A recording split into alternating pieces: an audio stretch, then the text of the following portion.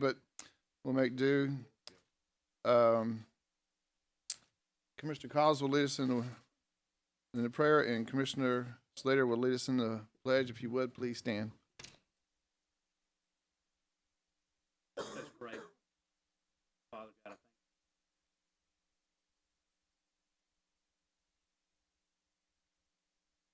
thank you. Trust in your sovereignty. What is it? Trust you. Service me. Time of uncertainty. Pray that.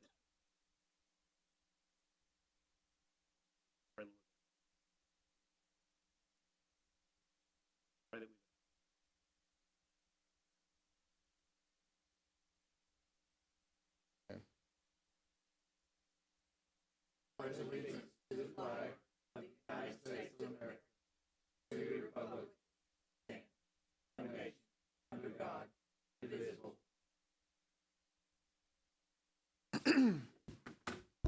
Thank you, guys. I want to introduce a few people.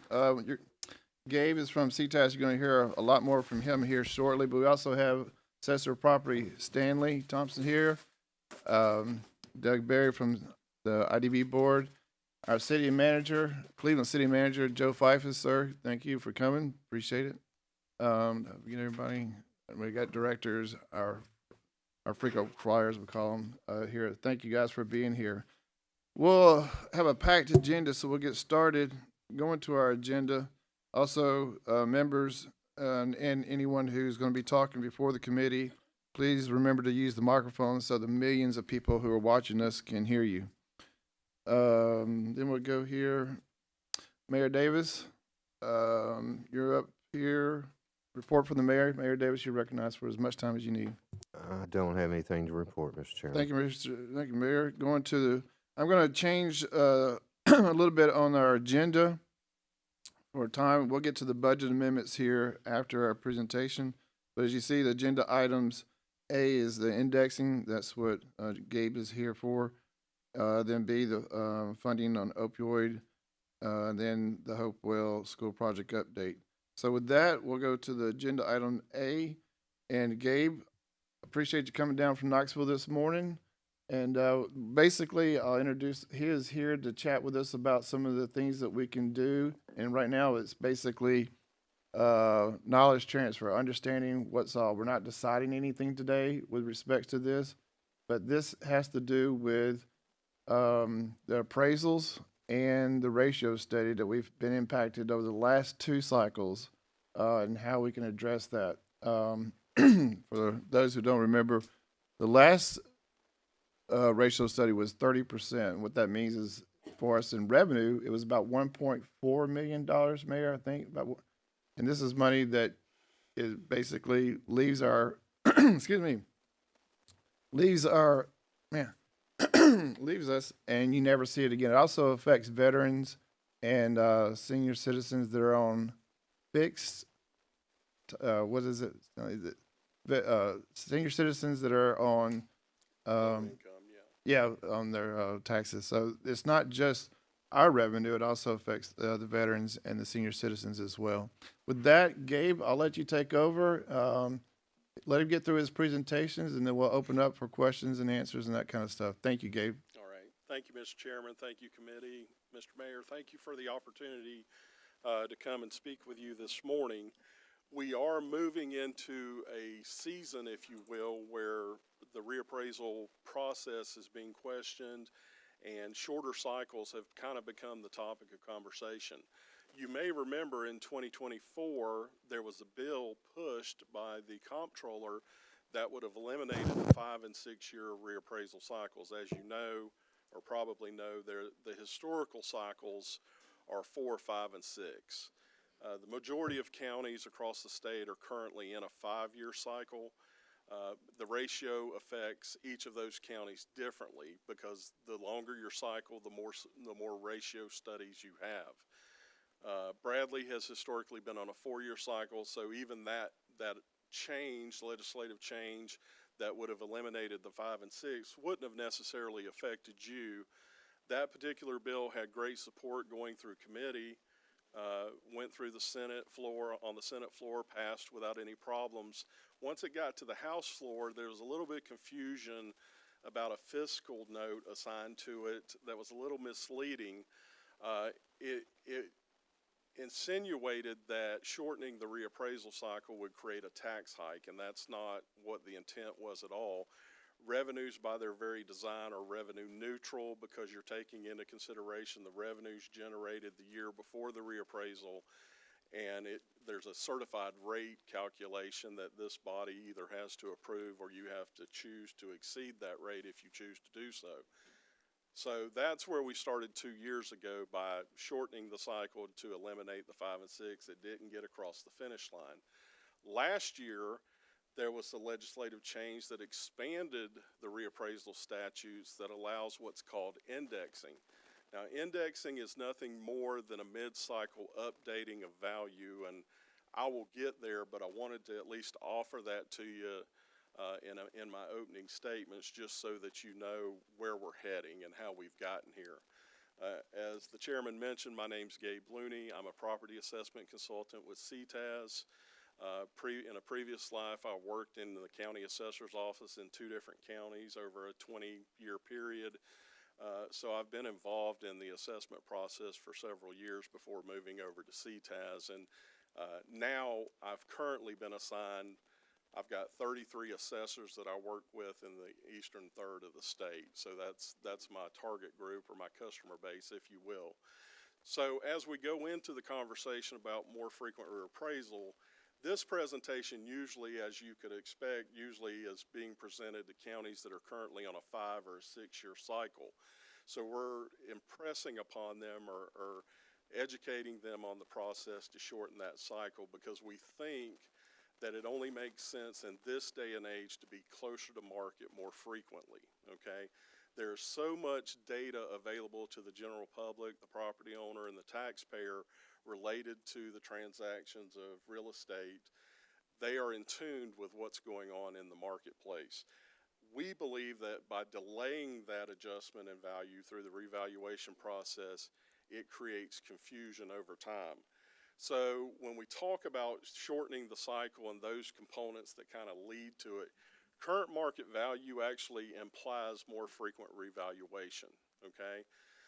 We're members of associations of assessing groups. We have a national, international association, and the experts, if you will, in the field, through their technical standards, say that you should be valuing property as close to market as frequently as feasible, okay? Now, with the understanding there are costs associated with that, it's not everybody can value on an annual basis, but we do think that at some point in the future that will be the ultimate goal. But for the purposes of what's happening in the state of Tennessee, because we've historically been on a 4, 5, and 6 year cycle, if we can just do a step down process to shorten those cycles, we think that is a step in the right direction. So as with a delayed reappraisal, the longer time span that falls between reappraisal to reappraisal, appraisal uniformity and equity breaks down over time. Because generally speaking, real property values are not subject to adjustment mid-cycle. So if you think of your home that was just reassessed here in Bradley County last year, unless you initiate some kind of change or some improvement escaped taxation and wasn't included in the property records, your value technically in theory is not going to change until you reappraise again in 2029, okay? So your assessed value is locked in, it's not going to change, but the market will do as it pleases. And as we've seen over the last 5 years, there's been great appreciation in the growth of the real estate market. So the market value of your property will continue, most likely will continue to grow over the next 4 years, but your assessed value will stay flat, okay? That creates a gap, if you will, and that in and of itself is how this ratio that we're talking about is determined. The state will come in year 2, they'll come to Bradley County in 2027 and measure how much the market has changed since the 2025 reappraisal. The chairman mentioned that your last two ratio studies, your ratios, I think your last one came in the low 70s, implying that the market had outpaced the assessments by 30% or close to 30%. That's how that process works. So when we talk about the uniformity and equity of value breaking down, that's what we mean. The more frequent reappraisals, which you're already on a 4-year cycle, it'll allow for the updating of value. Indexing, in your case, would allow for the updating of value, which will restore that uniformity and equity.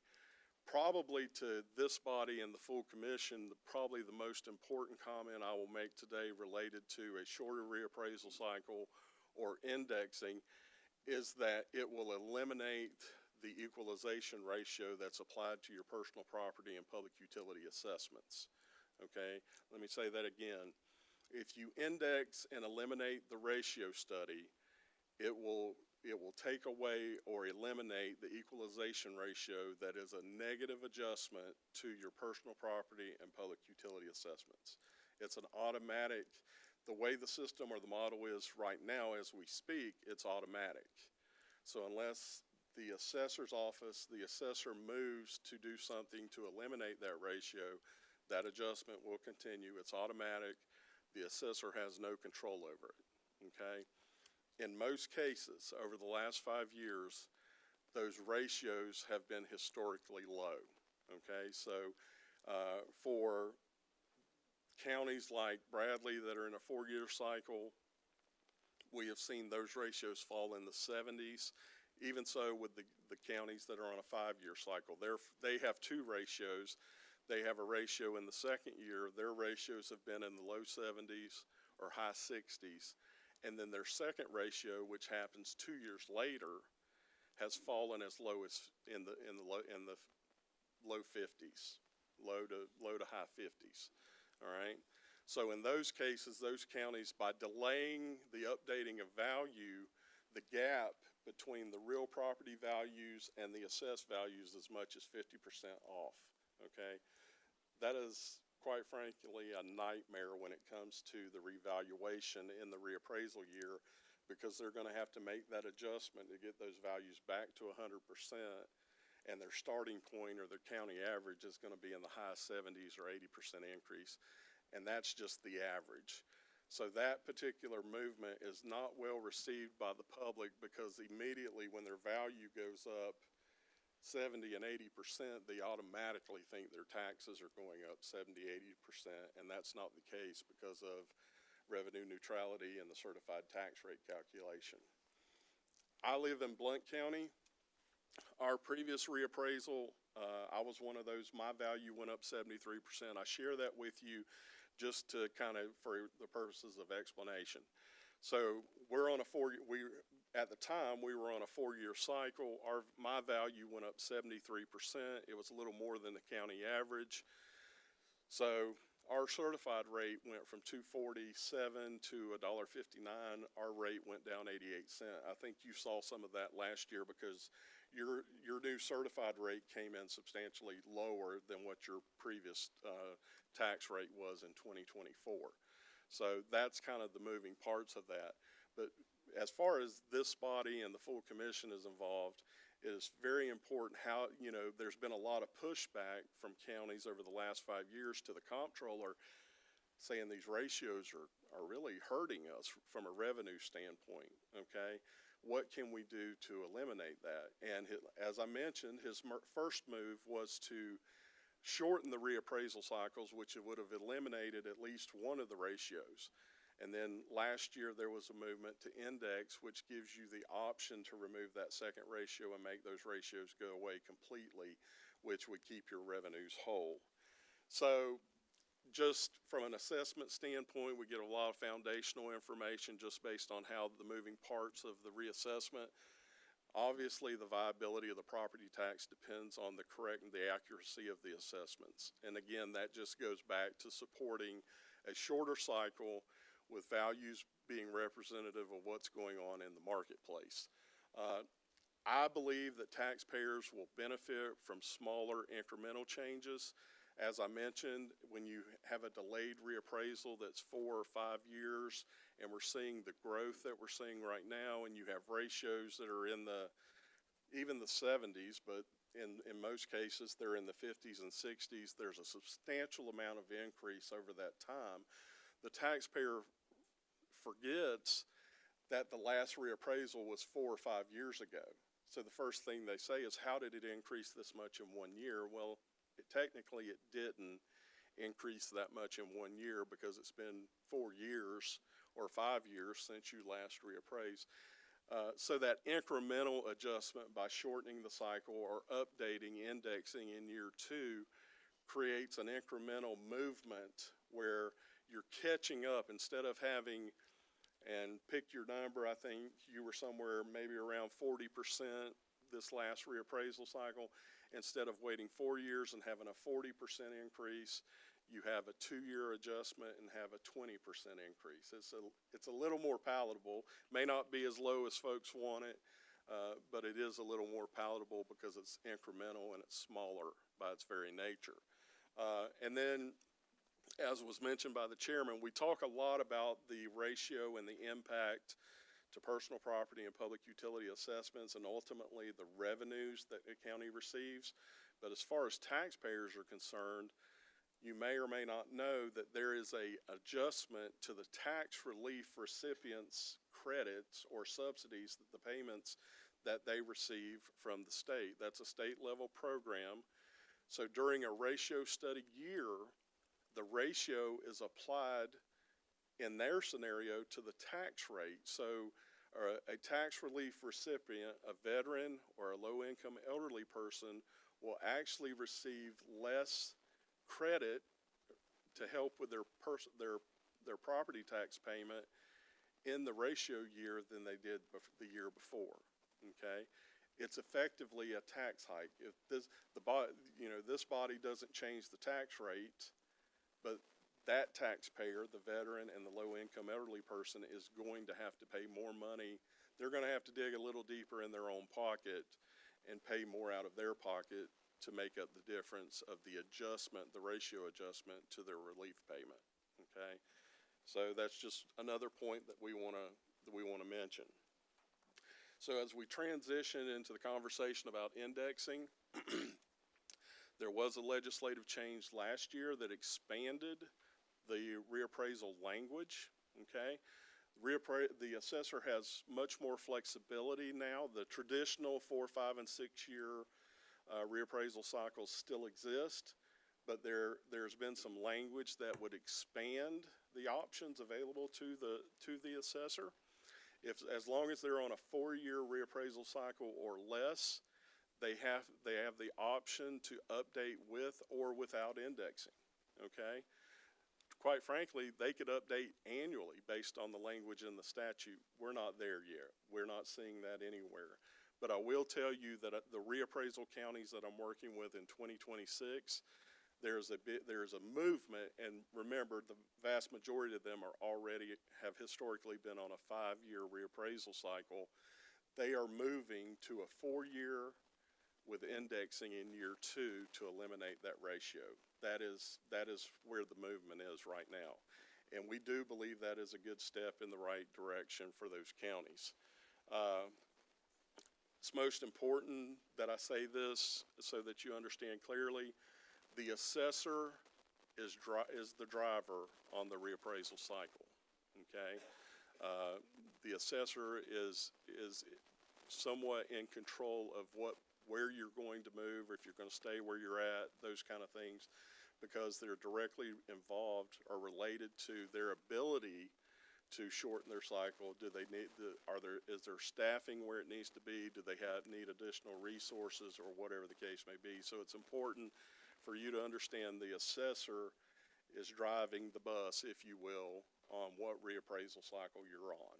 Okay, hopefully with broad support either by this body or even the cities. Okay, so indexing allows values to be adjusted back to market based on sales activity. So it's really just, it's not, indexing is not a full-fledged countywide reappraisal like you just went through last year. It is really just a mathematical adjustment, okay? So the county would be broken up into market areas based on location and character. I think you can, in your own mind's eye, you can visualize what that looks like. There are certain parts of the county that are growing, hot spots, and then there are maybe rural farm areas that aren't growing as much. They're pretty flat as far as their growth goes. So you're going to have different market areas all over the county. Each of those market areas will generate a ratio specific to the market, if you will. So when indexing occurs, there's just a statistical factor multiplier adjustment of that factor, of that ratio, to that value that would bring all of those values back to 100% or market value, okay? So it's mathematical, it's statistical in nature. It is not a full-fledged reappraisal where you're adjusting price per acre, price per square foot. You're not analyzing construction costs like they did last year, okay? And one of the important things to understand about indexing, the way the laws are written, anytime you update value back to market, back to 100% of market value, it triggers a certified tax rate, okay? So if you index in year 2, it would trigger a certified tax rate just like it did last year for the full-fledged reappraisal. So in the case of Bradley County, because you're on a 4-year cycle, you'll have a ratio study in the second year. If you chose to index, you would update values in 27. It would eliminate the ratio. There would be no negative adjustment to personal property, public utilities.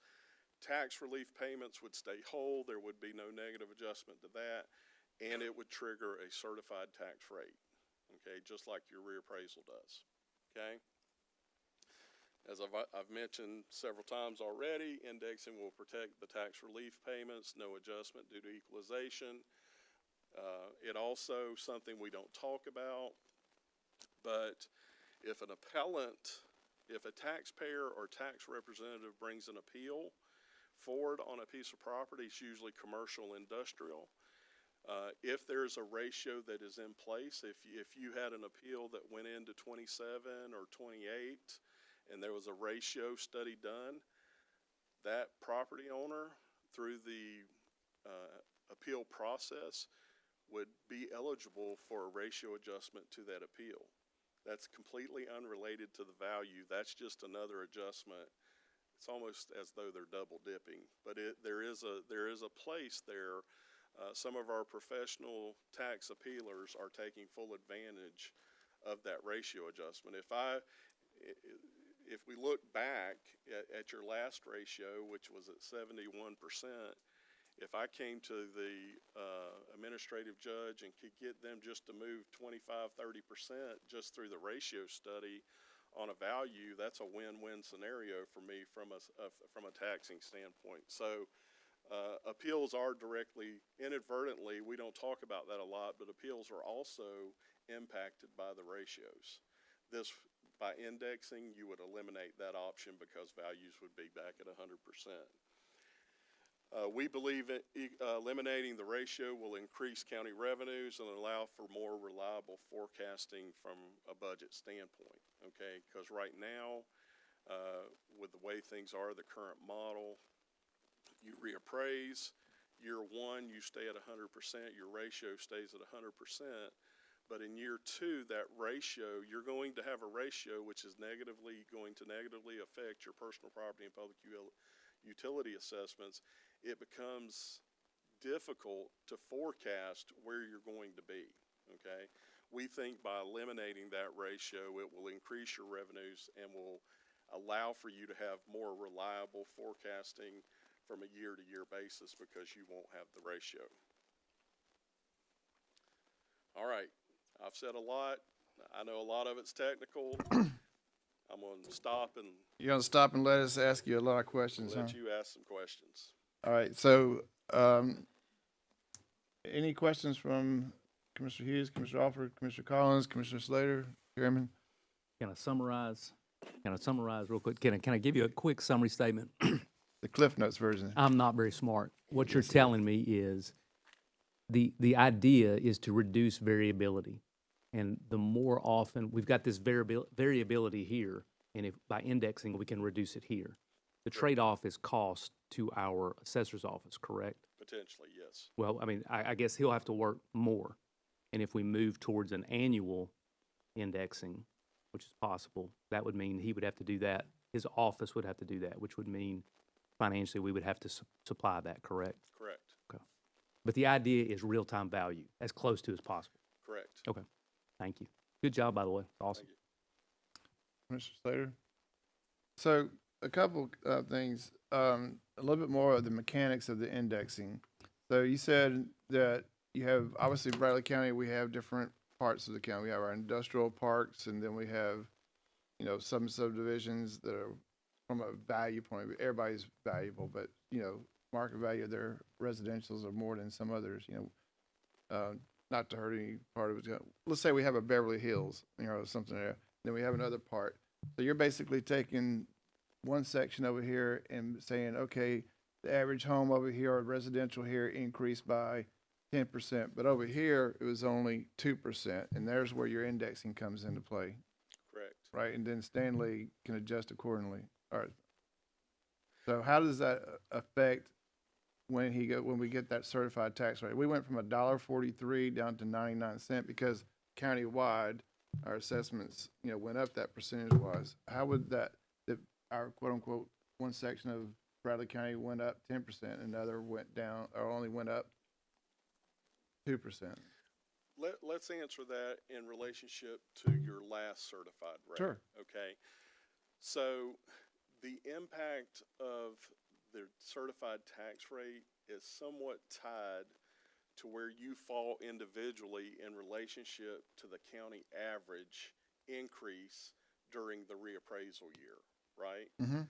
So if let's say that if your county average increase was 40% last year, okay, if your increase personally, individually, was less than 40%, you're gonna see more protection from the certified rate, right? You're probably, if your increase was 30%, but the county average was 40, you're probably gonna pay less taxes. Okay, the closer you are to 40%, you're gonna pay about the same taxes, and if you're above 40%, you're gonna pay more taxes, even with the certified rate. The revenue neutrality attached to the certified rate does not protect you as an individual. The calculation is based on the total levy that the county received in the year prior, okay? So individually, some can pay more, some can pay less, some can pay the same, but the total levy, the math, the formula, if you will, that generates the certified rate will generate the same amount of levy, total levy, that was calculated or received That's the right. year before, okay? So in your scenario, you're going to have hot spots throughout the county. This is not a perfect way to explain this, but think in terms of commission districts, right? They're lines on a map, right? Let's say that the commission districts were markets. So you would have multiple markets based on commission districts. They probably don't line up anywhere near what true markets, real estate markets You're look good, like, you're good. But for the purpose of explaining, so you have these different markets, okay? So District 1 may be a hot spot, okay? It may be growing at, over a 2-year period, it may have grown 20%, okay? District 5 may be growing a little bit slower. They may be at 5%, okay?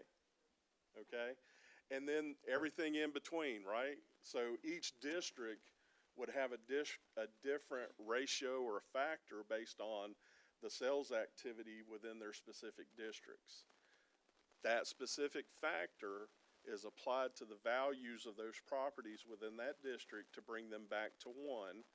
Everybody goes back to 1, and then there's a recalculation of the certified rate. Tax rate, okay. It depends on what the average is across the board, where you fall as far as, are you going to pay the same amount of tax or something less or something more. But I will tell you mathematically, if you shorten the cycle and the increase is less, I believe it's more likely that more folks are, with the certified tax rate calculation, are gonna pay, more likely gonna pay the same amount of tax that they paid the year before. Okay, just by the simple mathematics of shortening the cycle and having an incremental adjustment. Exactly. So when you and I chatted a gazillion times about the ratio study, and what it does is industry and commercial, help me here, Stanley. By March 1, they have to apply for their, is it a rebate? I'm looking at Stanley. On the so they get a rebate based off of that percentage, or so this As will. long as they submit their schedule, they are required by law to submit a personal property schedule by March 1st each year to list their assets. Okay? Right, and that's the whole reason why this is happening anyway, is you have two parts of property tax. You have the real and you have the personal. The real is what's done every 4 years, right? And the personal is done every year. Personal and- Self-appraised, but it's done every year. We obviously don't change the rate every year. Right. So that right there, and that was the argument, was that from their point of view, we should be changing that rate every year because they're appraising every year. This eliminates that. So in other words, they're not gonna get the rebate, is what I'm getting at with my question. Right. What you may not realize now, just by default, they are reassessed annually. Okay, that's a self-reported personal property and public utilities And let me say, are reassessed annually. It's self-reporting. let me remind them, this is the industry and commercials who are appraising their equipment, their conveyor belts and their computers, all the Furniture and things fixtures, that they're required to do business. Correct.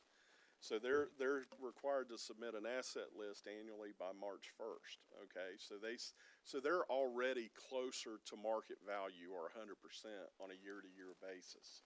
Okay, and as a class of property owners, they say, well, we really appreciate the opportunity to pay at market value, but we think there's an inequity there because our real property friends they get a delayed reappraisal. They only update every 4 years in Bradley County, but we're paying market value annually. And the courts agreed with them, and the remedy, if you will, at the time, and this is 30 years ago, the remedy was a ratio A adjustment. rebate to them. Right, an adjustment to equalize them with the real property. Now, the courts since then have historically said, you know, if a property is underappraised, the remedy is to correct their appraisal, which would bring real property values back to market. And that's what shortening the cycle and indexing does.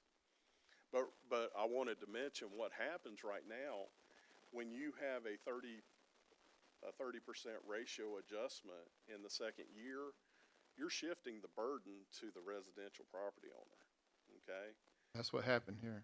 Yeah. Right. I'm looking at Stanley. Stanley's sitting behind you, and And that's what's happening across the board, county to county. And to that point, this is what when Stanley, I taught, and we kind of have the numbers to back it up.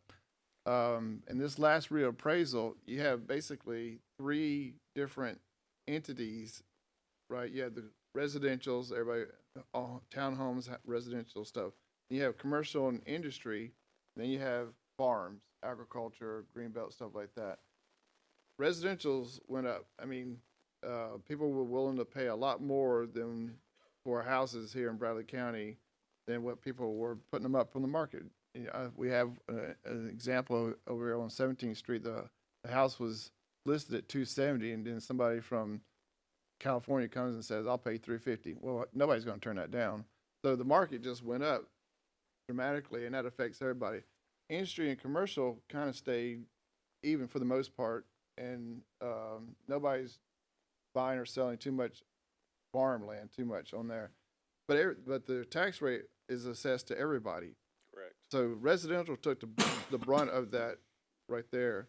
How does indexing address that? You got different parts of Bradley County as far as the assessment goes with this indexing.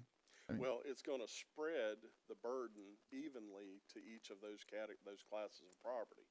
Where I think you mentioned that the impact of the ratio may have been in excess of $1 million. For us, Mayor, correct me if I'm wrong, it was about 1.4 when we did the whole rebates. Right. Right. Yeah. Right. So And for our friends over in the city, I think it was a little over $1 million as well. So overall, I mean, So you had a ratio in the second year. It technically rolled over into your third year, even though there wasn't a new ratio study. It's still the impact follows into the subsequent year, and then you revalue in your fourth year. But to your point, that impact, I mean, I guess by indexing, you're going to update the value and eliminate that $1 million adjustment. That puts pressure, it puts strain on the legislative bodies from a funding standpoint, right? When you're coming to the table with over $1 million less than you potentially got the year before, they're on a whole lot of options. The other thing that impacts you is that you never truly recover from that revenue loss unless you do a tax rate increase, okay?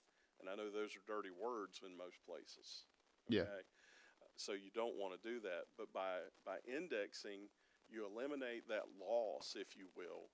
You keep everybody whole, even though it's personal property and public utility are not going to get the discount. Residential and real property is going to see an adjustment back, an incremental adjustment back upwards, but it keeps everybody level, okay? Which puts more money in the coffers, if you will. Now, understand this. It will be perceived as a tax hike, okay? More frequent reappraisal and updating of value is always saying, oh, they're chasing the dollars, right? That's not the intent. The intent is to stay closer to market and to eliminate the negative adjustments to personal property and public utilities, which keeps more revenue in the coffers, if you will, and reduces the strain that the legislative body is going to be confronted with when balancing your budget. Okay? Because not only are you going to get the $1,000,000-something that was adjusted due to the equalization of personal property and public utilities, but you're also adjust something that we don't talk about again. Remember where I started. I said real property in theory doesn't change unless you initiate a change through an addition. You build an addition on your home or put a swimming pool in the backyard or something like that.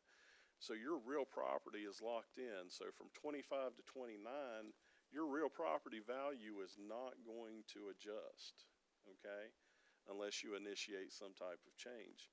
Well, the value of that property the market goes where it wants to, so it creates that gap. So even if that property, anything that has sold since last year, your assessor is not at liberty to adjust them to market value, regardless of how much more they sold for. Okay, that's law. Okay, so over the next 3 years until you reappraise, the example you gave where a property sold for $350,000, it may have been assessed something considerably less. The assessor's not at liberty to adjust those values. Okay, they have to wait until the next reappraisal before they adjust that. By shortening the cycle or indexing, you're allowed to make that adjustment, and you get those dollars back in the pot. Okay, so there are a lot of moving parts that are going to help the revenue stream from a budgeting standpoint that will help the county. so that's the benefits of it. And obviously, I'm in the school of thought that there's nothing for free. So what's the quote unquote con, if you will, of going to indexing?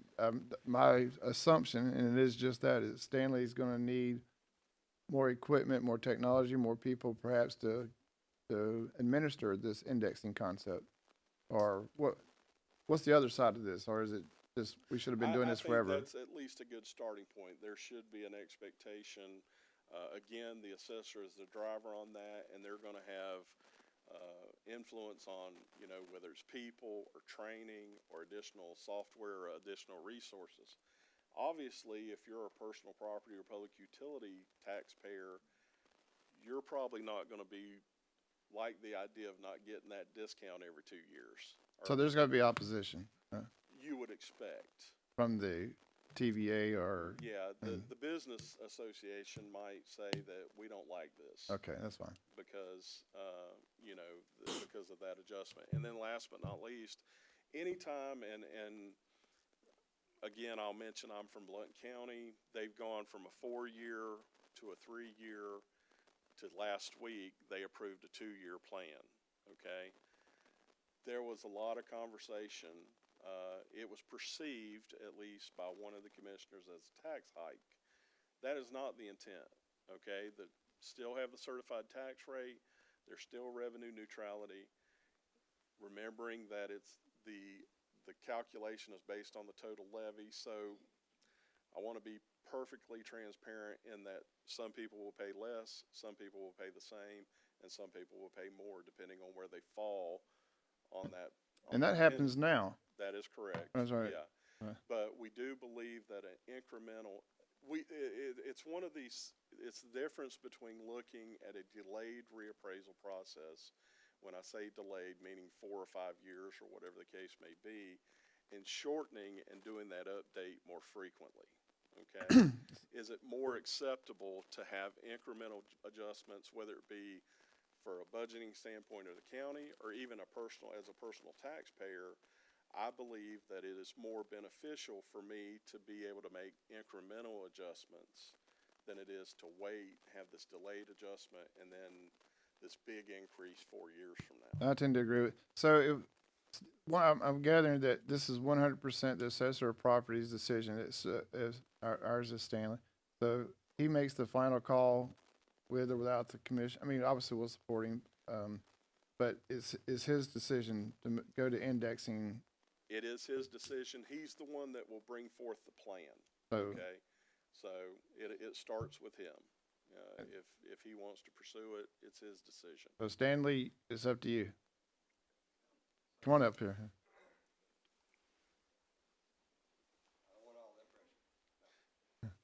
Gabe's right. We've talked about this since all these values started going up so Yeah. much.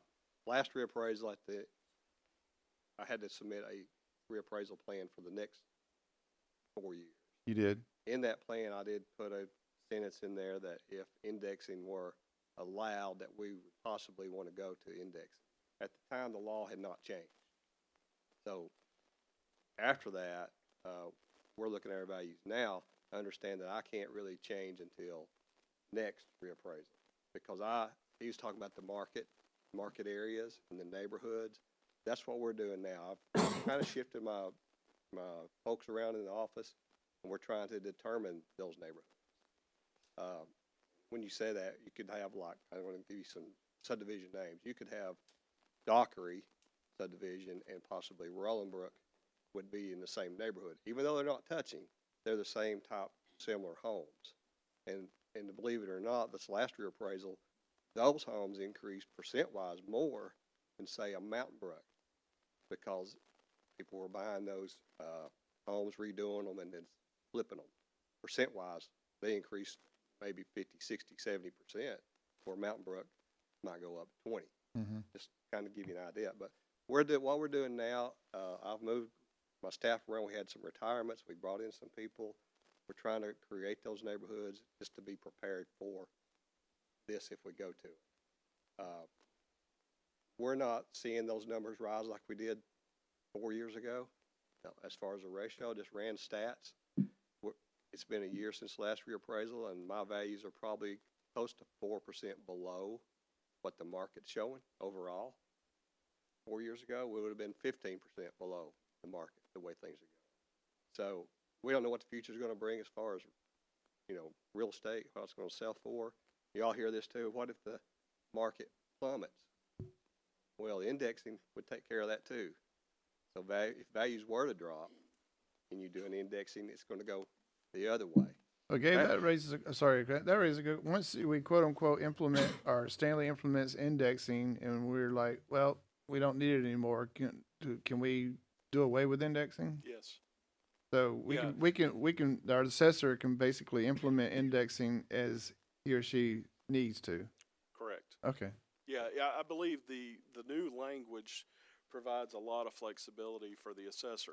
I would agree with Stanley in that the number one project right now is to make sure that the markets are well defined and what we call delineated. So yes, that is that's a project into itself that needs to be in place correctly before you pursue the indexing option.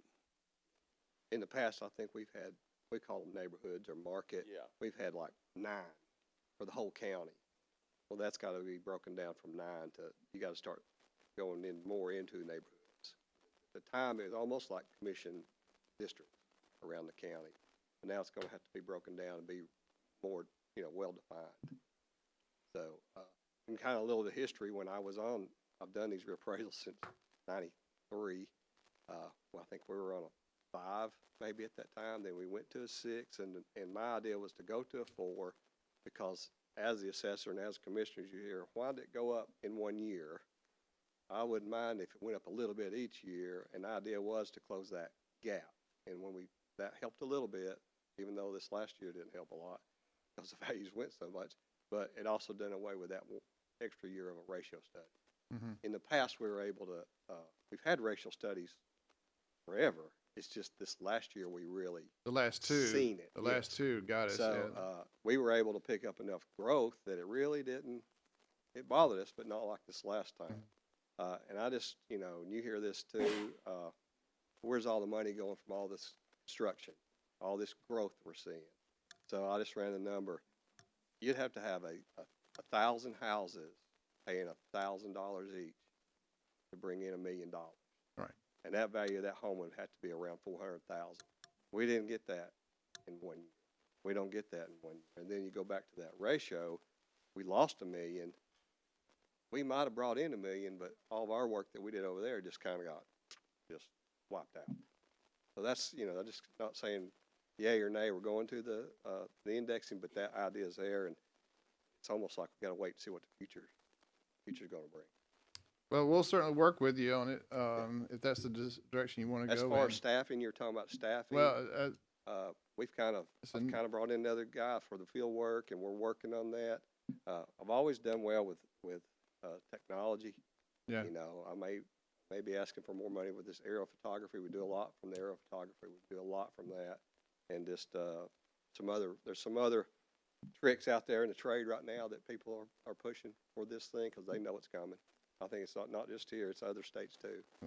Gabe, that's a good question. How many counties have gone to the legislature just passed this law last year, right? Indexing was approved by the governor last summer. So how many counties have approved, are going to indexing or thinking about it? I mean, Well, this year is the first real year, right, since it was just approved last summer.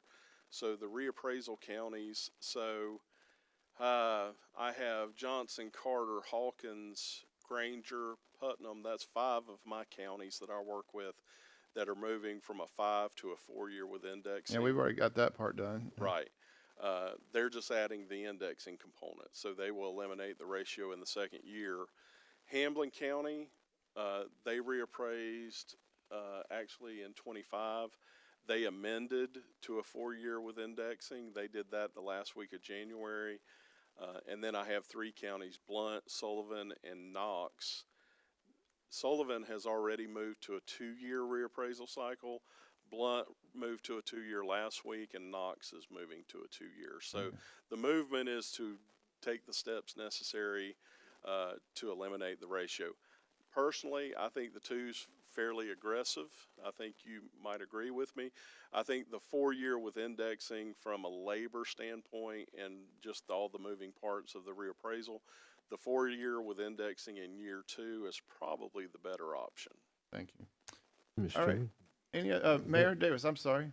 he didn't talk a whole lot about what got us to where we're at, but especially in the last time whenever the ratio study came into play, and it was a big negative, but not just for us, all across the state.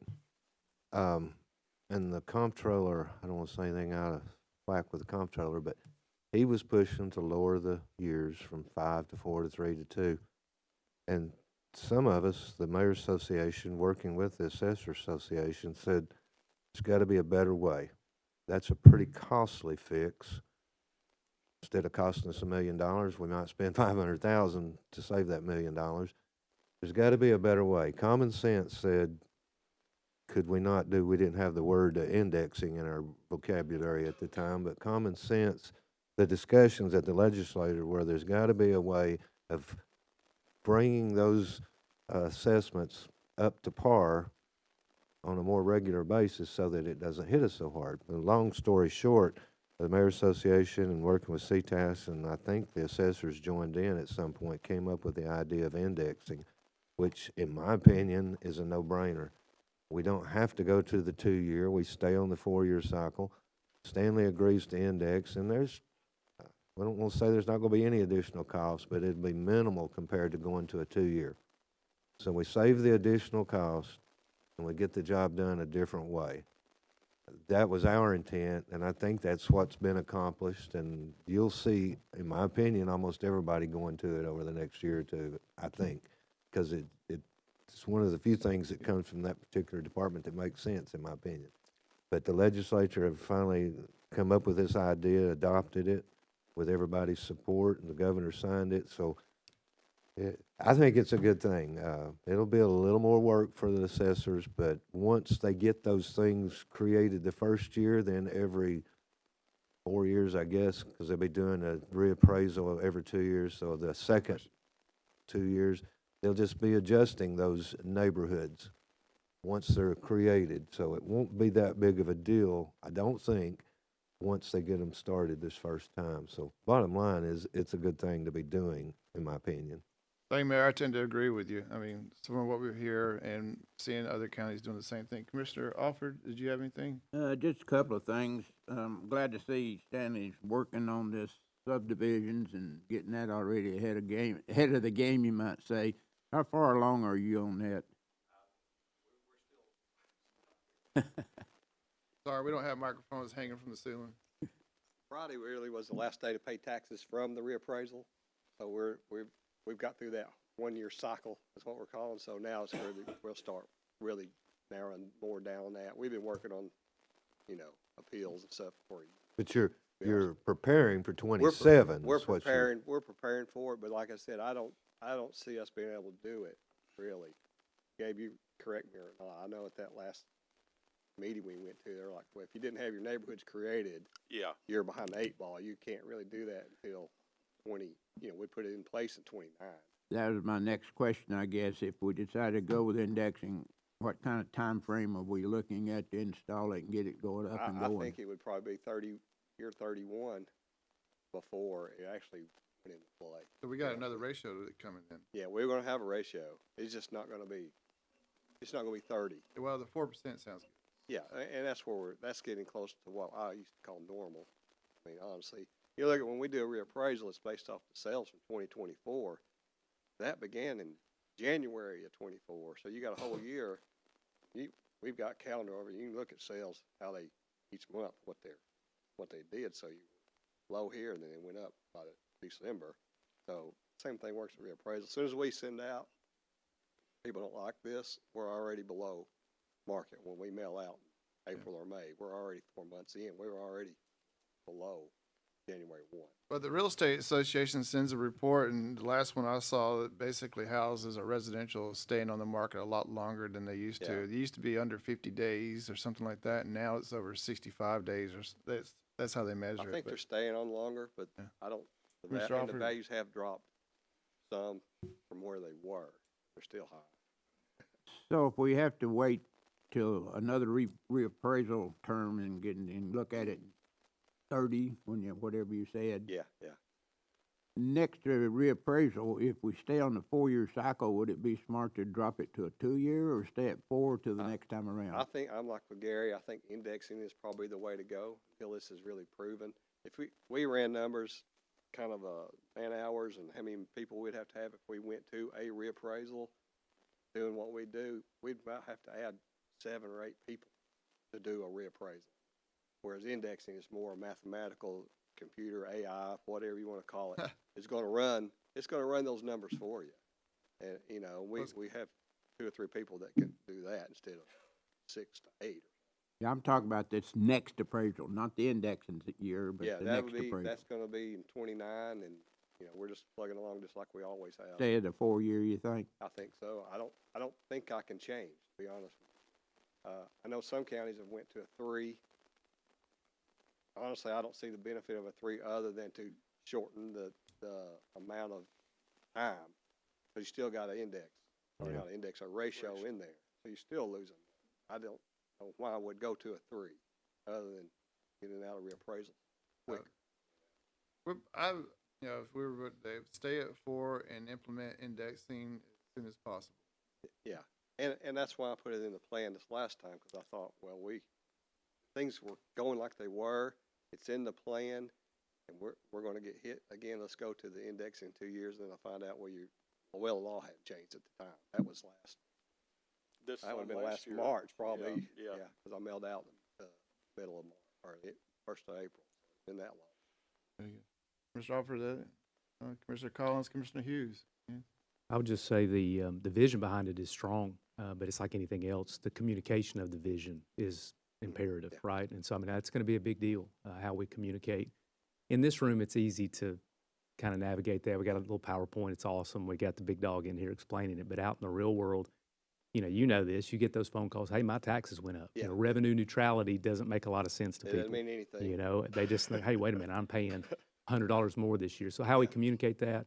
Maybe we need to make you an Instagram star or something.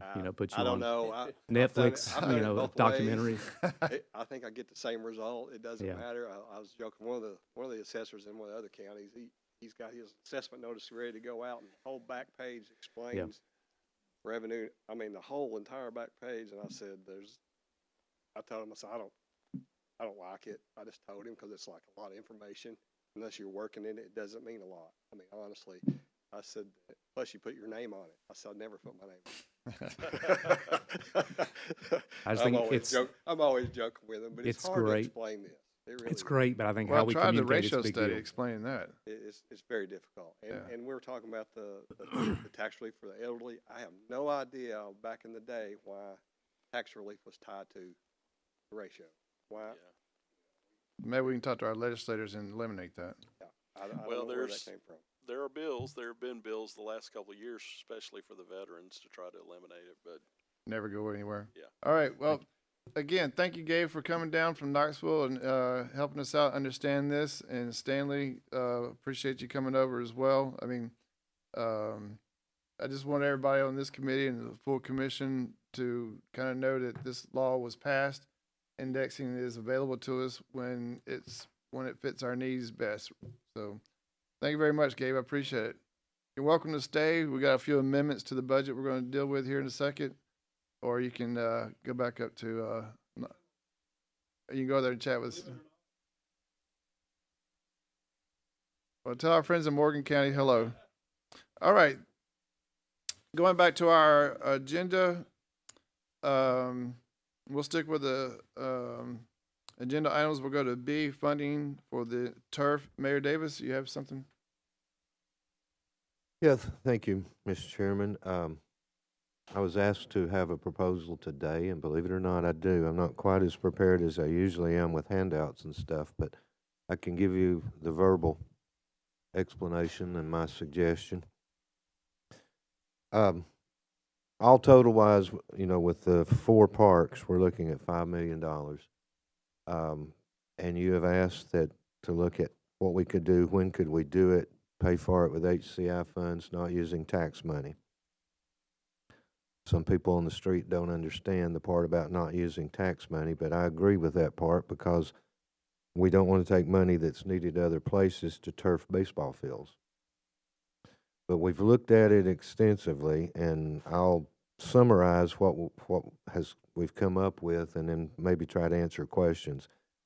Met with Andy on the timing. Everything is good there. Working with Caleb and Cumberland on the amortizations and the financing, everything is good there. The timing, first of all, and since I don't have handouts, you need to write these down so that you don't have to go from memory. What we're suggesting we do, if you agree to move forward with the turfing at this time, is that we do Bradley North, which is Eureka Road, we do Blue Springs, and we do Elrod. And that is broken down into two amounts. For example, Bradley North is $787 for what they call the base. That's a 20-year loan. and 504 for the turf, which is a 12-year loan. You know, we talked about that the last meeting. So we have done it with the two different loans. Blue Springs is 523 with the 20-year base and 308 for the 12-year turf. Elrod is 819, and I'm rounding everything, but Elrod is 819 for the 20-year money, the base, and 481 for the turf for the 12-year money. You total all those together, and you get 2,130,826 for 20 years, and you get 1,294,000, I round it to 295 for 12 years. You do the amortizations on the two amounts, 20 years and 12 years, like you all asked me to do. The amortization on 20 years for the 2.1 million is roughly 143,000 a year. You do the amortization on the 12 years, the other 1.3 million, you're talking about approximately 130 a year, 130,000 a year. You total those together, you come up with $273,000 a year that can be paid with HCI, that can be borrowed with HCI money and paid back with HCI funds. We'll go back to what that does to HCI in just a second, but on the timeline, and here's where Andy is on board with it, we would do Bradley North, Blue Springs, and Elrod as soon as you all approve it, ideally now if you're going to do it, because that gets it done now through July. Come the end of July, those three parks are done. For Fall League, he has those three parks that are turfed, plus he still has Urbane Road, Bradley North, so he's good to go for Fall League. Come next year's baseball, you start out with, again, three of them that are three parks that are turfed, and you've still got Bradley that's not turfed yet. You finish the season in May, and then you turf Urbane Road. That works good with his schedule. Bradley gets done next summer from May to July after his spring season ends. Now, what's that do to the financing? That means if you approve it, we go ahead and borrow with HCI funds, not tax money, but HCI funds, the money for Bradley North, Blue Springs, and Elrod with two different loans, one at 20-year, one at 12-year, borrow through HCI, pay it back with HCI funds. We get, hopefully, the good news in late fall of the grants. We have potentially 1.5 million in grants coming. The odds of getting 100% probably aren't that great, but we will get some of that, I promise you. But the cost, and on these costs, I use the maximum on every one of them. If you'll notice in his estimates, he gives you a leeway. He may say it costs 300 to 450. I'm using the 450. Follow me? So we've roughly got 2 million left for Urbane Road. We have 1.5 million in grant requests that we will know about in the fall.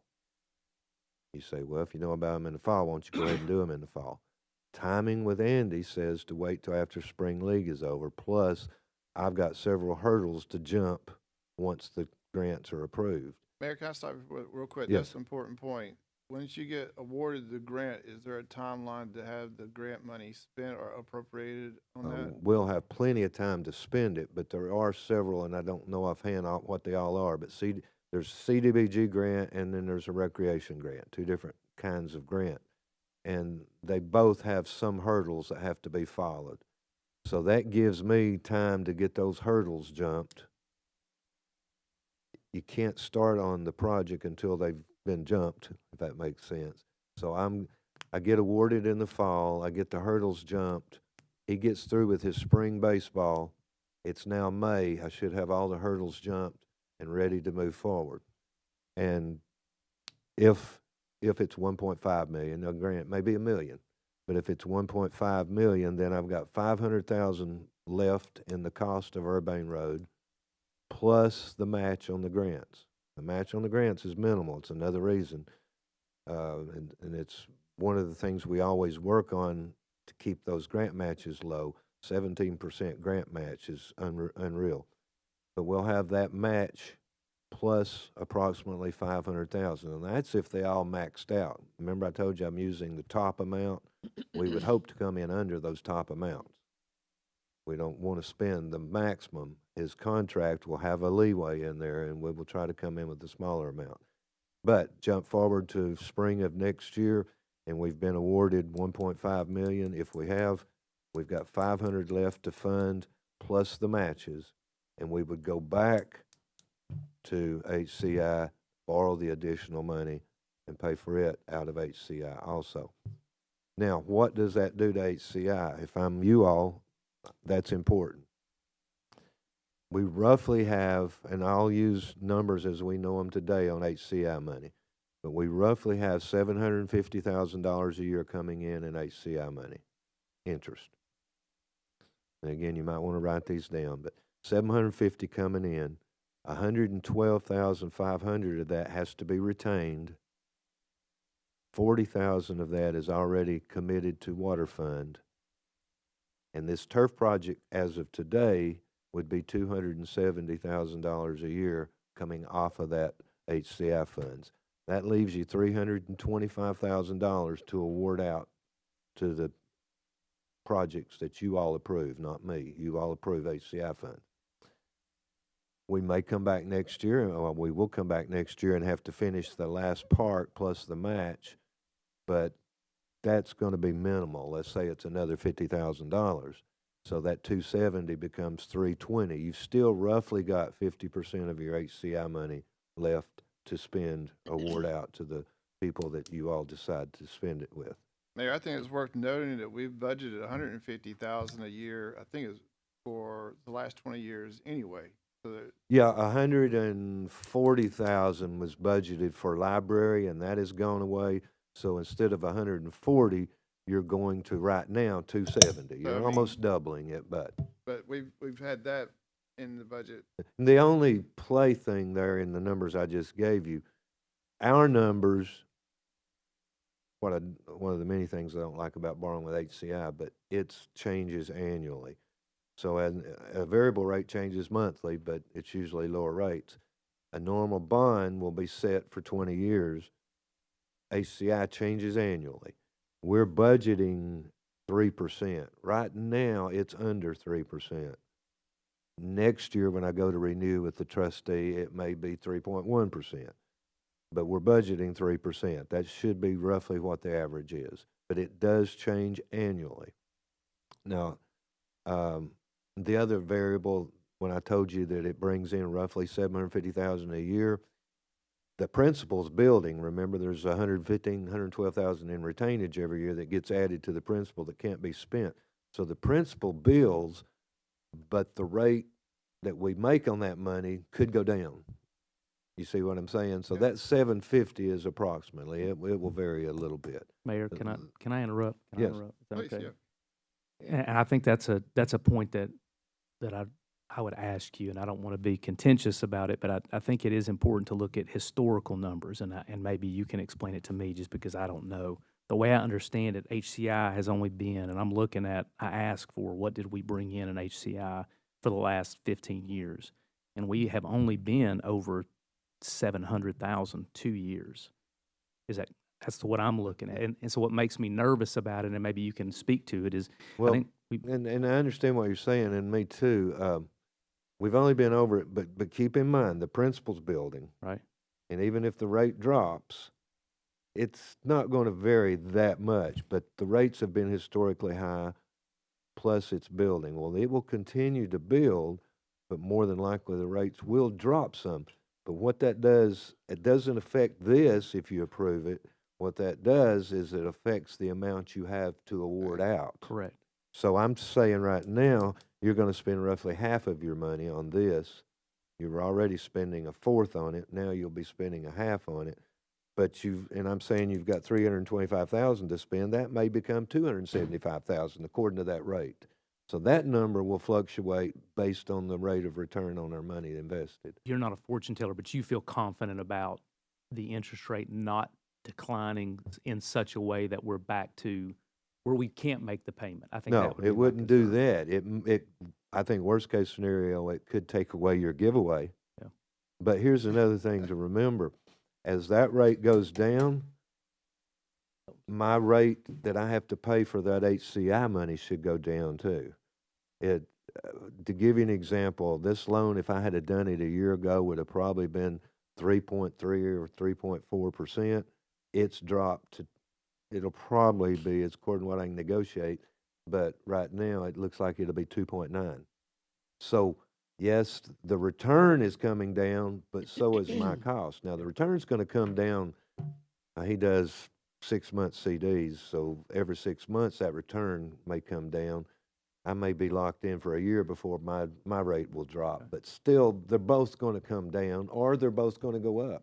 You know, when that rate was going up and that money was making more money the last 2 years, my rates also with HCI were going up. You follow me? Yes, sir. So there's somewhat correlation there. Thank you. Yes, Mr. ma'am. Slater, please. So I just want to make sure I understand, Mayor. So for the next 20 years, the amount that will be available to give out in the community from HCI will be cut in half. It will be about half of what's available, but you already were doing about a fourth of it for libraries, so it'll be cut another fourth roughly, yes. And keep in mind, that's not exactly accurate because only part of it is for 20 years. Part of it's for 12 years, then that goes away. Follow me? So for 20 years, let's say I'm saying it's 270, 130 of that's just on 12 years. So in 12 years, that goes to 140, roughly. So it will drop after 12 years, but some of it is committed for 20 years, which has already been the case. How long was library? Do you remember, Caleb? It was a 20 years. It was, so a fourth of it was committed for the last 20 years. A fourth of it will be committed for the next 20 years. And for the next 12 years, approximately 50%. That, And this is the only avenue for the money to come from. There's no other way for the money to come. without using tax money, it is, yes. That I know of. And then in 12 years, when we have to replace the turf, so that money's not gonna, in 12 years, in my mind, that money doesn't, it's gonna be another 12 years that we have to pay. It's gonna be an ongoing thing as long as we have it. Every 12 years, we're gonna be spending hundreds of thousands of dollars to redo turf. What, again, I don't want to be perceived as promoting the idea, although I support, Andy and I have wanted the turf fields for years, but it just wasn't financially feasible. But what we would hope is you've increased revenue. We've increased some revenue by charging more for tournaments. Sales tax has increased dramatically. Of course, most of that goes to schools, but they will have benefited from it from day one, city and county schools. And we will have increased revenue. Hopefully, in 12 years, there would be a plan in place to start gradually doing them, maybe at 10 years, 11 years, 12 years, 13 years, not all at once, but that's how you would hope. And we would do it at that time with the additional money that we're bringing in from the project, that plus sales tax. But the sales tax is a big plus, and the hotel motel tax, both of those would increase somewhat. Those are both committed already, I understand, but they will increase because of this if you do it at some point. But yeah, the long range cost, the maintenance, whatever, of All right. we invest in a new truck, we still got to buy tires in 4 years too. So yeah, same here. Yeah, the hotel motel tax right now is obligated to Spring Branch on that loan, that interfund loan. So that only has a few more years left on it, and we can look at that. Commissioner Collins, please. I would, and I think, Commissioner Slater, that's a valid point. I know with the other turf projects, we have high school fields that have turf for football. I think the cost on that is roughly half the return. So if you pay $500,000 upfront, 10 years later, it's going to be roughly $250,000. And don't hold me to that, but that's roughly what you're going to have to put back into it. I do think it's an opportunity to challenge, and maybe this is an Andy question or the mayor question, a dedicated revenue source. I saw that Athens, they have completed their turf project for their fields, and they charge on their application $500 a day for use of the fields. And I think that's awesome. So to me, what an awesome opportunity for us to generate revenue that's not on our taxpayers, right? And so if we Right. create a dedicated revenue, even a line item that says, over the course of years, we will have X number of funds set aside to replace this. And to me, that's a challenge to our director to say, hey, we've got this. This is a benefit to our community. Now let's push to drive revenue. Let's promote it. Let's bring in folks from out of town. And I hate to say this, but we've got a better product, so our price point should reflect that, right? I mean, if we've got a better product, we ought to charge significantly more to be competitive, especially if we can offer multiple fields, whereas in Athens can only offer one. If we can offer multiple, that it should increase our price point. So I think it's a valid point, Commissioner Slater, but I hope that we would look at it not just as an HCI source constantly, because I don't individually like the idea of taking away from outside opportunities, because a lot of our folks, I don't want to say they depend upon it, but it is something that's important to them. It's important that they apply for this, and it's important to have multiple opportunities for that grant and our agencies to seek that grant.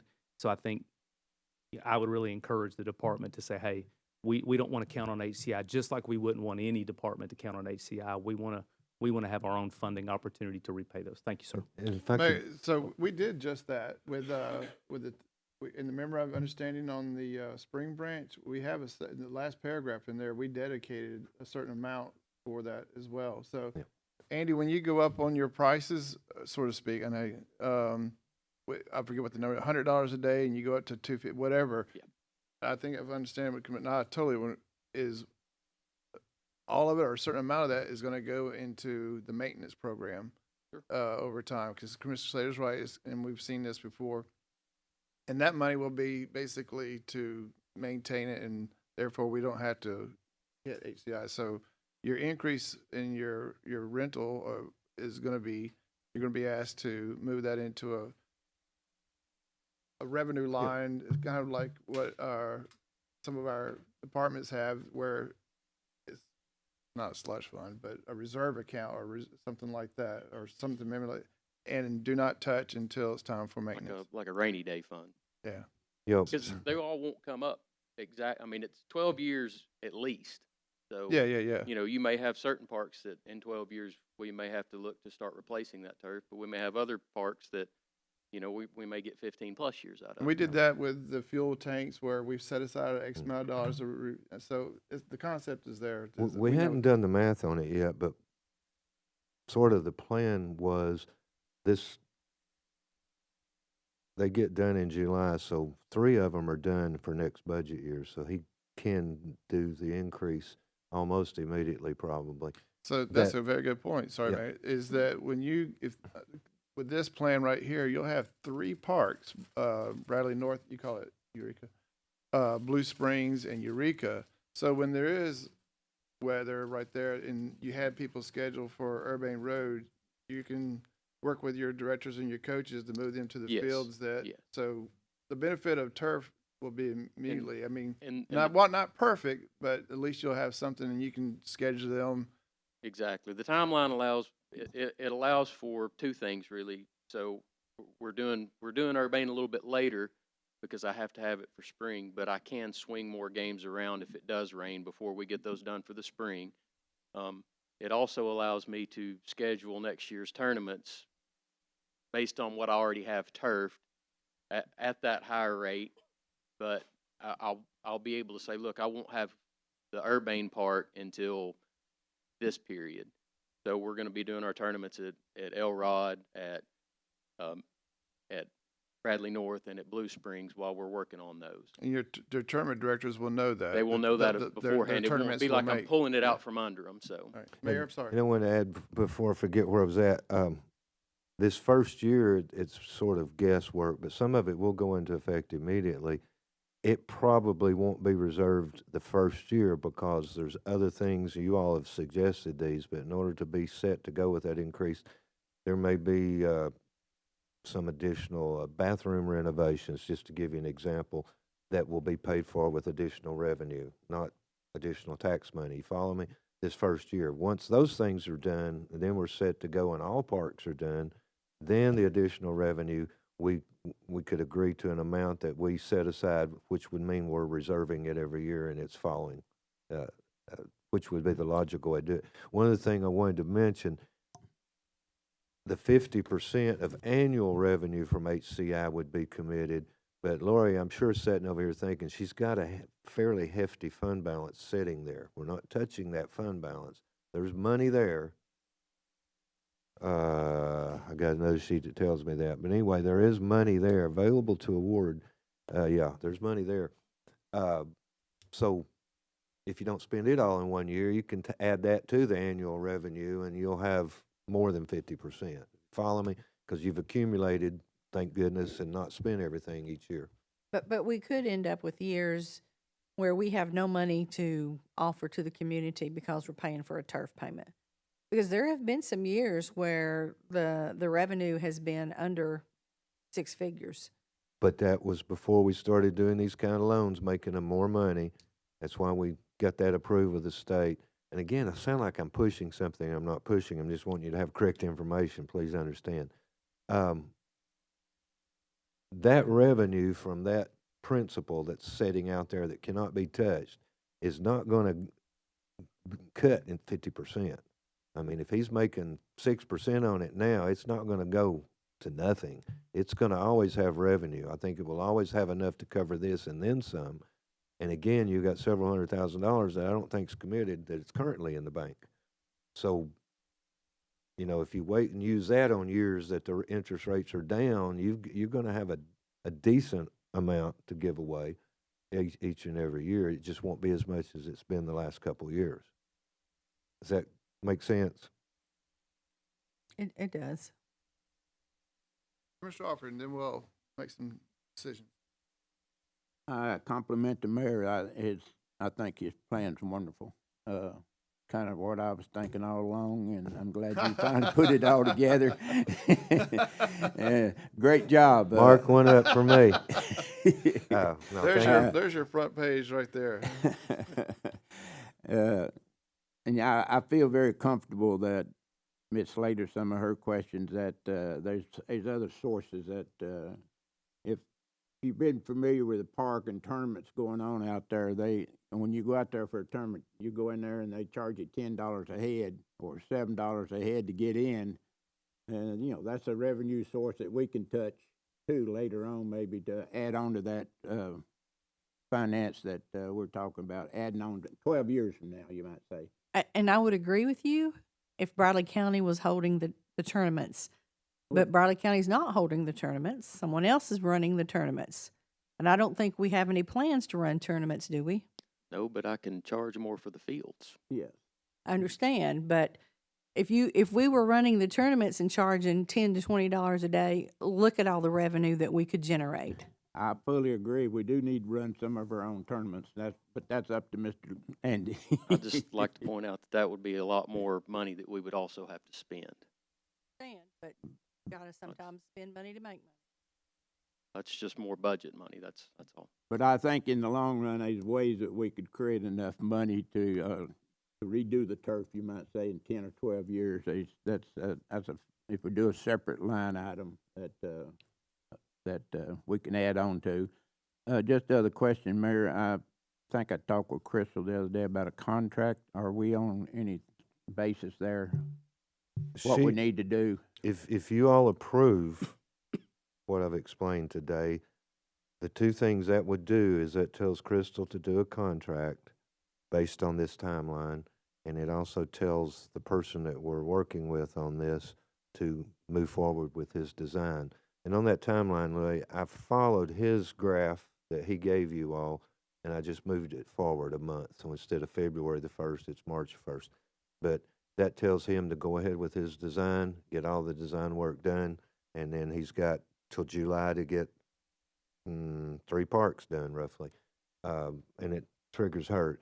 Now, the only thing I'll have to negotiate with him on is we probably cannot include the one next year, the Urbane Park, in the contract. We'll probably have to do a contract for the first 3 parks and then come back, because one of those hurdles I'll have to jump on the grant is I cannot have done anything on that project till it's awarded and everything, and it's probably going to require a bidding. Now, he doesn't have to be bid. I understand that, and that's why we're using him now. but they may require me to bid it anyway. I'm just telling you, there's some things like that that I have to go through that I won't even know all of them until I get there. But we can definitely give him the contract for the 3 parks once you approve this timeline. Mr. Chairman, do we need a motion to move with the? Yeah, I think the mayor would like some direction on there so he can go forward, cause he's got. I'll make that motion that we follow the mayor's plan that he's presented to us this morning. Thank you. Have a motion from Commissioner Alford to go with the mayor's plan. Mayor, I'm not gonna make you read that plan, but I don't have it to read, but But- and basically it would be to, move forward with Bradley North, Blue Springs, and Elrod, have those done by July of this year, borrow the, 2.1 million and the 1.3 million from the HCI fund and set up the amortization, for it to be paid back annually starting next year. That's the gist of what I've explained to so you all. that's, Commissioner Alford, that's your motion, what the mayor just said. And Commissioner Hughes, you're second it. Very good. We have a motion and it's been properly seconded. Do we have any further discussions on the motion? Seeing none, all those in favor say aye. Aye. Opposed, say no. No. We have 4 ayes and 1 nay. Motion passes. Thank you, Mayor. I appreciate your update on And the that. way that'll work is I'll get her on the contract, and once she'll be bringing you a resolution authorizing me to sign, or negotiate and sign a contract at some point, but that tells her to get the contract done. It'll be a complicated contract because of 3 different parks and the timelines and everything. Andy, appreciate it. I know it's gonna be a little bit more work for it, but I really do believe a lot of our people, a lot of citizens in Bradley County will benefit. I mean, it's gonna rain this coming weekend or rain the other weekend or whatever. Very good. Thank you, Mayor. Thank you, I All appreciate right. it. Next on the agenda, Hopewell School Project. Ellen, do you have a quick update for us? Very good. In your packet today, you should have received kind of a one-page kind of classroom edition update for Hopewell. The project is moving along on time and currently under budget.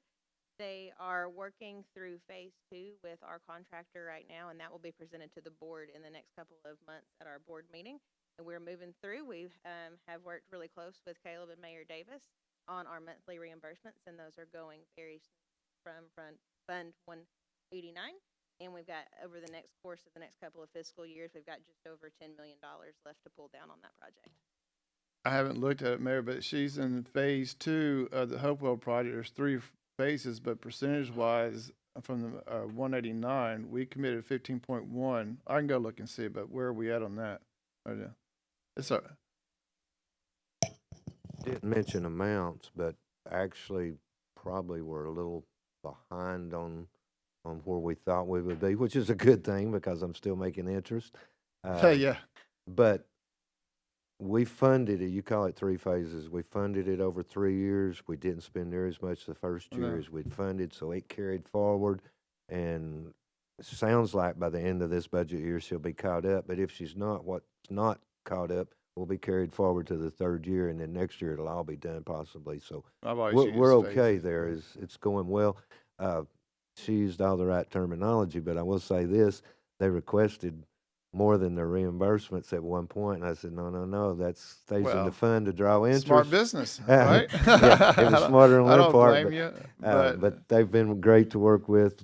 They are turning in reimbursements. We don't question them, but we hopefully send you checks as they request them, and in the meantime, we're still drawing interest on that fund, so that's a good thing. So basically, the update is you're in phase 2. Your school board is getting ready to do their budget and get ready for, I guess, well, you said, I've always called them phases. I didn't know they were per year, but basically, Yeah. we'll finish up in 27 then. We'll be close. Right now, we're still on schedule. So, They have done our contractor has done a fantastic so when the job. school, right now, obviously things can change, when the school starts in the fall of 27, they'll have a new school or an additional, Yes, they over at are Hopewell. in plans right now on shifting the current classrooms into the new classrooms that should be operational in August, because then they're also going to have to do a shift now from the library and the gym perspective, because those are that's what's coming in phase 2. very good. Commissioner Hughes, District 1, looking good over there. the last few weekends I've been over at the school, so I've got to see the project working. Those guys are working through the weekends and all. It's incredible to see how hard they're working. Very good. Thank you, Ellen. I appreciate your time. And we would like to do a formal invitation to May 19th, so we're still a little ways out, but we are going to have a hard hat walkthrough tour for anybody that does want to see current process on May 19th. On May 19th. Very good. Laura, if you get that down. All right. That concludes all the agenda items there. We'll go quickly up to the amendments. Look at the amendments here. Amendment number 1.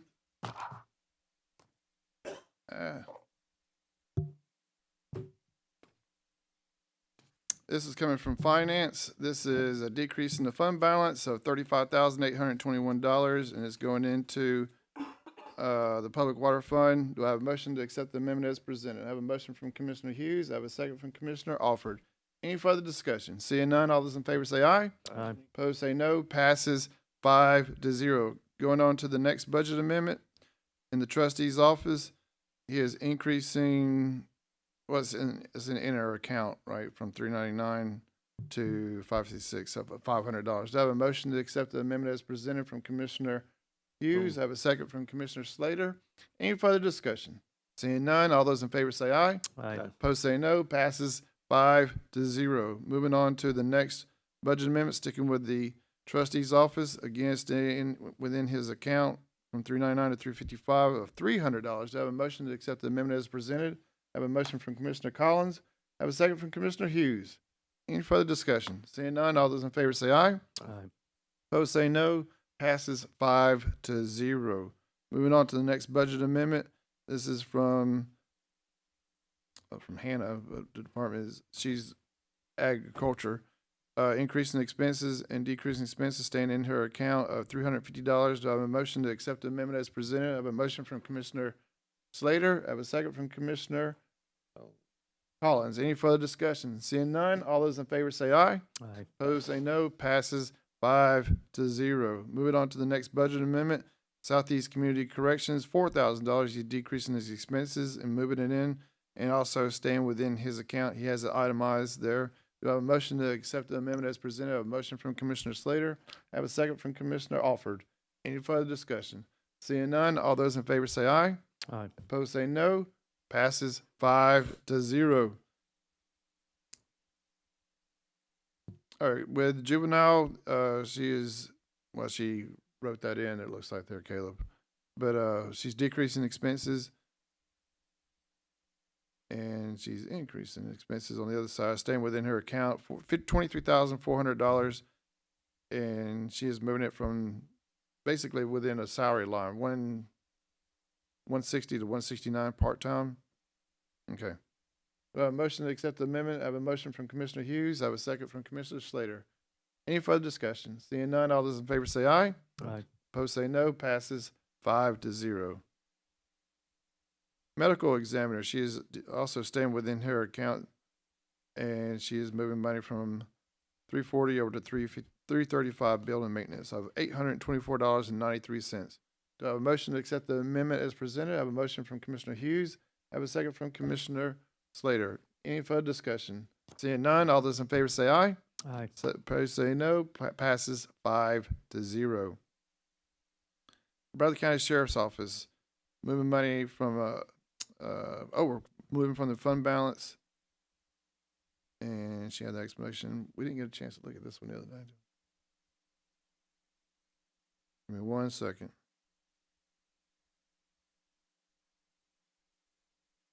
So she's moving money from a PO.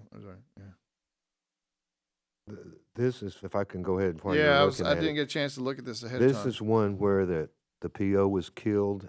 She forgot to ask us not to kill it, and we killed the PO, so it went into fund balance, and she's just asking to bring it back out because it is for a, Yeah, I got the first part of her paragraph there. All right, do we have a motion to accept the amendment as presented? I have a motion from Commissioner Hughes. I have a second from Commissioner Alford. Any further discussion? Seeing none, all those in favor say aye. Aye. Opposed say no. Passes 5-0. And there's the supporting documentation. And this should take us to page 19 as it's written on the top right-hand corner. Bradley County Sheriff, increase in revenue, increase in expenses. This is 19 on is services. services rendered. So we'll take those up as one a motion, right? Yeah, For the you rest skipped of, one on and then we 16. have the page 16. I apologize. I was looking at all that wonderful documentation for $65. All right, so page 16, we have an amendment to increase revenue, increase expenses of a whole whopping $65. Do I have a motion to accept the amendment as presented? I have a motion from Commissioner Slater. I have a second from Commissioner Alford. Any further discussion? Seeing none, all those in favor say aye. Aye. Opposed say no. Passes 5-0. Now we'll go to the rest of the amendments that are in the electronic format. We do have one that came in. So we'll take up the services rendered. Caleb, for the rest of these right here? Okay. So we'll take up all the services rendered as one motion. Do I have a motion to accept the amendments as presented? I have a motion from Commissioner Alford. I have a second from Commissioner Slater. Any further discussion? Seeing none, all those in favor say aye. Aye. Opposed say no. Passes 5-0. We have one that came in from EMS. Adam, this is yours. He is decreasing expenses, increase inside of his account of 15,000, and moving money from drug and supplies over to maintenance and repair, moving funds to the Stryker am I saying that right, Adam? Stryker equipment. All right, do I have a motion to accept the amendment as presented? I have a motion from Commissioner Hughes. I have a second from Commissioner Slater. Any further discussion? Seeing none, all those in favor say aye. Aye. Opposed say no. Passes 5-0. Mayor? Wanted to mention one other thing about the HCI fund loan. We have always only done 10-year loans. We're now asking them to do a 12 and a 20. I think that's correct. Anyway, I don't believe they've ever approved a 20-year. I think they will, but that we have to get their approval anyway, and that will be a new approval, I believe, for us. So that's the third thing that I will do after today's meeting is ask them for their approval of the 20-year loan of HCI funds. And who has to make that approval? Comptroller's office, I believe. The people that approved us when we created the HCI loan situation. Yeah. We've done 20-year interfund loans, but we haven't used HCI to pay interfund loans. I think Right, the that's workhouse, difference, the yeah. workhouse, and the ESG. Yeah, I think that was the difference, though. They had their own. Yeah, they had a different funding source. Yeah. But anyway, Yeah. I don't think that'll be a big deal, but that gives me the authority to request that too.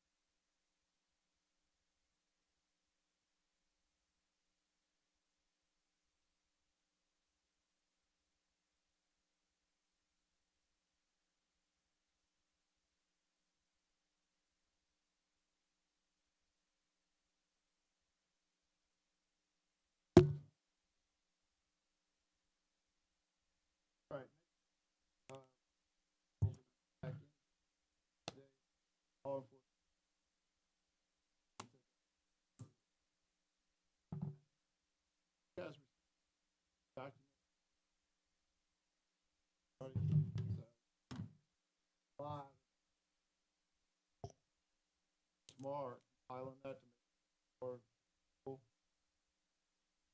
summarize.